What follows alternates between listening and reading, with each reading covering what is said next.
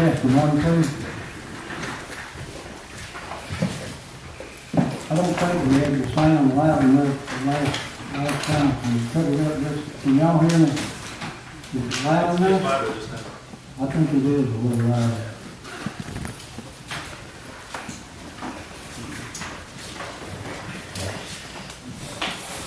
Honestly, we want to do items number 1 and 2.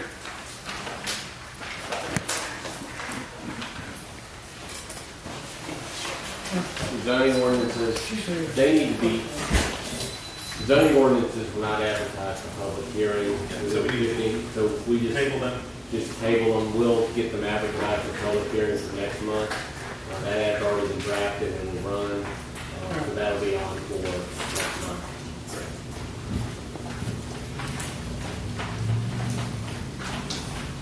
Okay, workshop, June 13, 2019. Okay,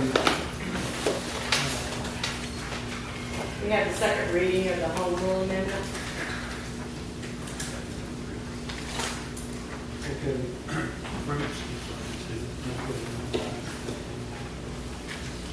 Mike?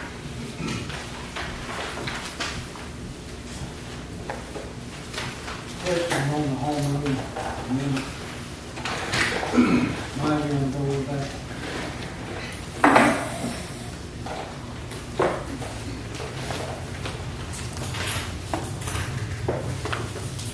First item, the second reading of the pawn shop We've already- Where they home rule amendment. Okay. The second reading for the home rule amendment. What we had discussed last month, you all got a copy of the amendment. Do you guys have any questions on that?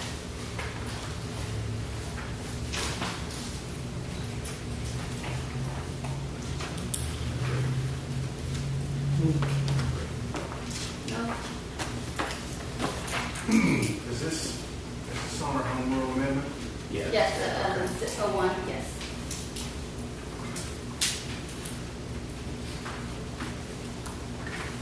Then, I have an issue that we ought to bring up. We are naming the department heads in our home rule amendment. We have the city administrator, we have the duties of the mayor, everything's spelled out, city clerk, everything in the city's organization is spelled out except code enforcement and except building inspections department, which if you remember when Randy was here, he was a department head. So I believe we ought to consider putting the duties that Bureau Veritas is providing into the home rule amendment. And I know we might have to go back and re-advertise, but I think the services that Bureau Veritas is providing to us deserve the same amount of protection that we're doing for the other department heads. Even though they don't work directly for the city, they are still performing the same duty. I'm looking at that, Mr. McCormick, in the charter, planning director, that is the person that's named in the charter. The person actually doing our planning function right now is another contractor, Jerry White, that's not Bureau Veritas. Although code enforcement and inspections is under the planning, I don't think that's specifically called out in the charter. You probably make a point to the planning director. We do need to do a home rule amendment to make basically the same provisions with regard to that as we have with regard to the other. But code enforcement, except insofar as it may be within the planning department under the direction of the planning director, that's almost always been a contract function, at least since Randy's been gone. So as long as you handle the planning director, and that's the only department you all ever have that does that kind of thing, I think you'll be protected. Does that make sense? It'd be very similar to contracting. he's got trash removal and all those other things, we, you know, wouldn't want to necessarily, every vendor we have provide some kind of protection equal to a department head in a city. Those contract services, council has to approve those anyway, because of the contract divisions. So, the planning director, the director level positions, yes, if you're the kind the charter doesn't provide for us, you can expect it.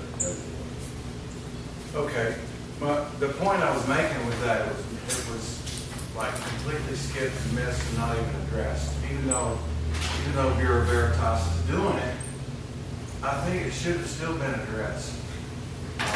Did you want another provision put in the charter that addresses the code enforcement and inspections?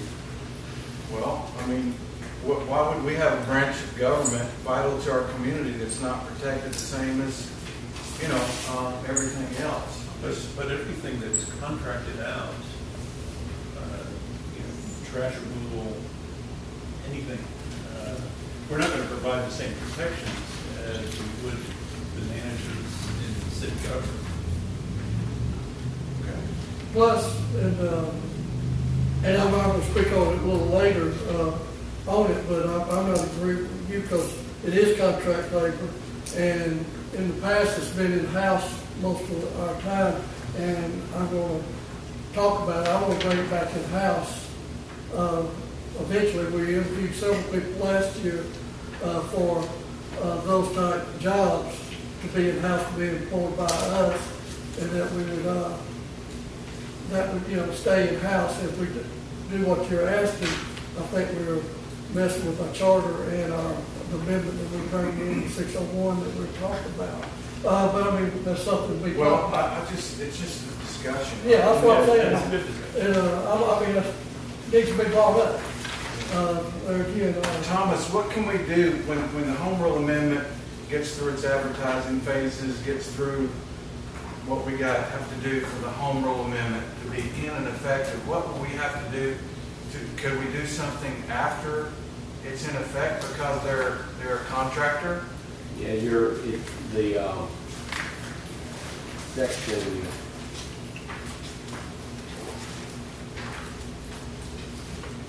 When you talk about Section microphone.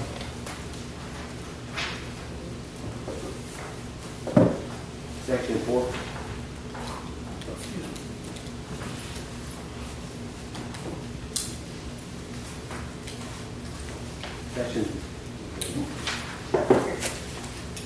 Section 4.06, centralized purchasing provides that all contracts and purchases, except those reserved for council by ordinance. So basically what you all need to do is you're starting that tonight, you're adopting, or you're going to talk about first read on an ordinance for a new department called fleet management. So I know you all just got through with personnel policies, but what you're really talking about doing is passing ordinances that provide for the organization and the departments of the city. And that will include code enforcement, code inspection, streets, whatever other departments there are. And those will be in ordinances rather than in charter. Okay, so we can go about it a different way. Yes. Okay. Another example would be EMI, or Yes. engineering firm. They're not covered under this as well. Right. And they wouldn't Yes. want them, Okay. because there are others. That's a good question. Okay, any more questions?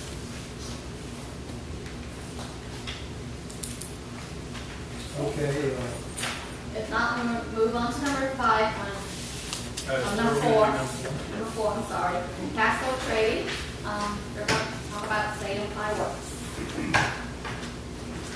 well, that's, basically, someone talk about it. All right.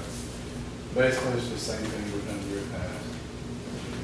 Fireworks over here, do inflatables, train rides, the way hot dogs like we've done in the past. So I guess all we're doing here is just saying, want to get your blessing on it and the permit. I think we've gotten the noise permit and filled out a event permit. What else was provided the insurance? And the only thing that I guess we'd be asking of the city is for the street closures where we've had them in the past. Up on, what's that, Second Street, and then Railroad Street, and First Street back behind us. Okay, we addressed that. I think it went great last year. We appreciate what y'all. Well, we enjoy doing this fun. It brings everybody out just to hang out and meet them. And I know a lot of the restaurants benefit from it. And, yeah, it's good. That's all we're at. That's all we need is the barricades and the street closure and do that, and we're good to go with everything else. That's all we're asking. And it's what's the fourth, Wednesday? No, yes, July 3rd. July 3rd. Yeah. Oh, that's what Fourth we is know. on Thursday. Right, that's what we know what to do. Yeah, on Wednesday the 3rd. So, and we normally don't shut the streets down until all these guys are closed over here, so 5:30, 6 o'clock. So, and then we're usually done 10 o'clock-ish, somewhere in there. We're not gonna put a curfew on. Okay. Thank you. Okay, item 5. Item number 5, we have Sean Murphy or Ken Wilson or Jason from Flying Backs for Lakes Statham. Anybody here? Jerry and I have taken a look at that. There's some additional language that needs to be put into the covenants and restrictions. I talked to the partner, the lawyer at Weissman, the partner is out of town this week. I talked to the associate, and he's going to talk to their covenants drafter at Weissman and add some language about, mainly with regard to maintenance of the pond and the detention facility. The final plat has that on the face of it, but I think it needs to be in the covenant with the homeowners association on notice, and once that neighborhood turns over, so that the debt run is no longer in place, that they're responsible for that. There's also a question about, rather than put up bonds, they have sent drafts of cash bond letters. Jerry's got some questions about that. I've got some questions that I want to talk to the attorney about with regard to that. There's also an issue with timing, but Brad is supposed to, Mr. Hutchins is supposed to be back in town on Monday, and we'll have that addressed one way or the other on Tuesday, by Tuesday for you all. Any questions? Anybody have any questions? Will we be voting? Are we gonna vote Tuesday, or are we waiting for all this to get ironed out? No, I think if they can answer our questions about the bonds and about the covenants, then it'll be ready for y'all to vote. It will be, you believe it will be if they show up That's Tuesday correct. night That's correct. with all the information, That's proper correct. information brought to it, That's correct. and all the documents. Right. And if nothing, as a provisionally, what's been done in the past is the court council can authorize the execution subject to these things happening, so that once those things are finalized, then the mayor can sign off on the final plat. So they don't have to wait another month to get started.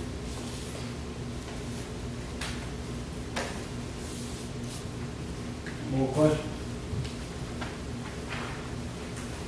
Okay, but SDS, we can go into that. Yeah, number 6, the SDS Form 2s. We have 5 items on there, the EMS, the fire service, the E911, the wastewater utility service, and the water utility service. All these, we went to that last mediation with all the cities in Bear County, and the majority, almost all of the cities agreed to this, except Winder and Barrel. So for Statham, everything is good for us. So we need to adopt all these 5 services. And I've drafted a resolution that you all that's in perfectly in order also. Okay. Yes. Any more questions?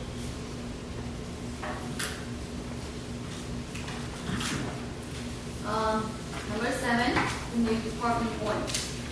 And it is going to be for the fleet maintenance department. And I asked Thomas to draft an ordinance. This actually dovetails the conversation we were having earlier. Your ordinances, the departments are not established by ordinance because up until now, the mayor has essentially handled all of that. So I have drafted for you all to put on first read an ordinance for fleet management.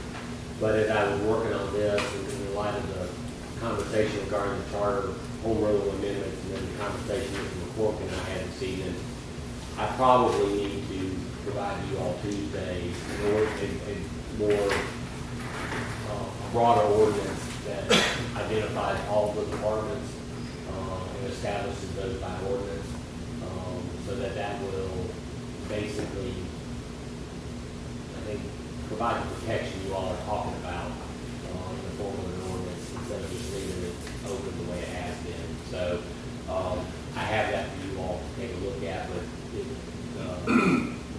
what you all actually, I think, do first read on Tuesday night will be one that includes all the departments and all the functions of the city. Okay, any questions? Next item, we have Mr. Jackson to speak about law enforcement.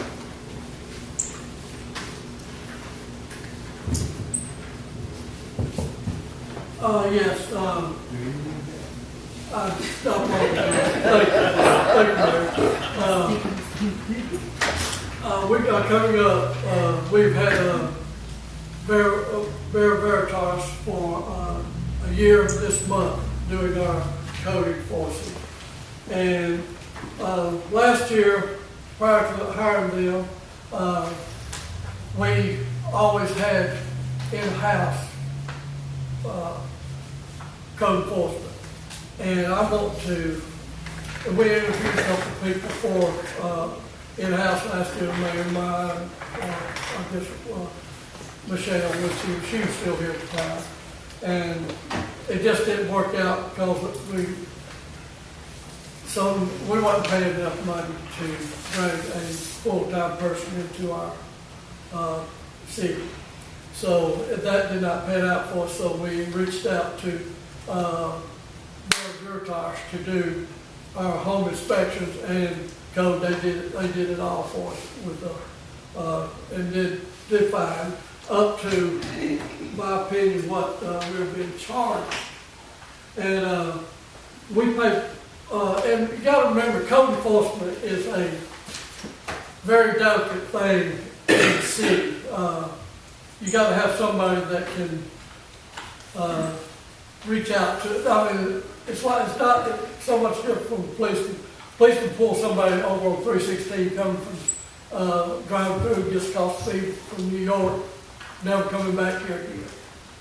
But code enforcement is all residents. It's no one. It's nobody. It's all our residents, and it's got to be done with being very delicate and reaching out to the person how we need to do it. And I'd like to see it go to, like I say, in-house for several reasons. It should save us money. We would have more control as a city, not control over the people, but they would be in-house. Since last June, and I don't have May and June this year's averages. I mean, I average it. So last year we paid around $25,000, almost $26,000 in to Bear Veritas. So we had a $25,000 budget. And earlier this year we gave the police authority to be our go-between code enforcement team process, and complaints regarding a code violation comes in through the city hall. City hall in turn gives it to Tracy, which she is our secretary, and the lady over the police station, Tracy Pollard, over at the police department. Police department gives a complaint to code enforcement to check out complaints. If indeed resident has code violation, code enforcement leaves or give to the owner, and I don't read it all, a red tag. But we already got the information going to the police. I would like to see it go to, continue to be a police department thing, and he could hire a code enforcement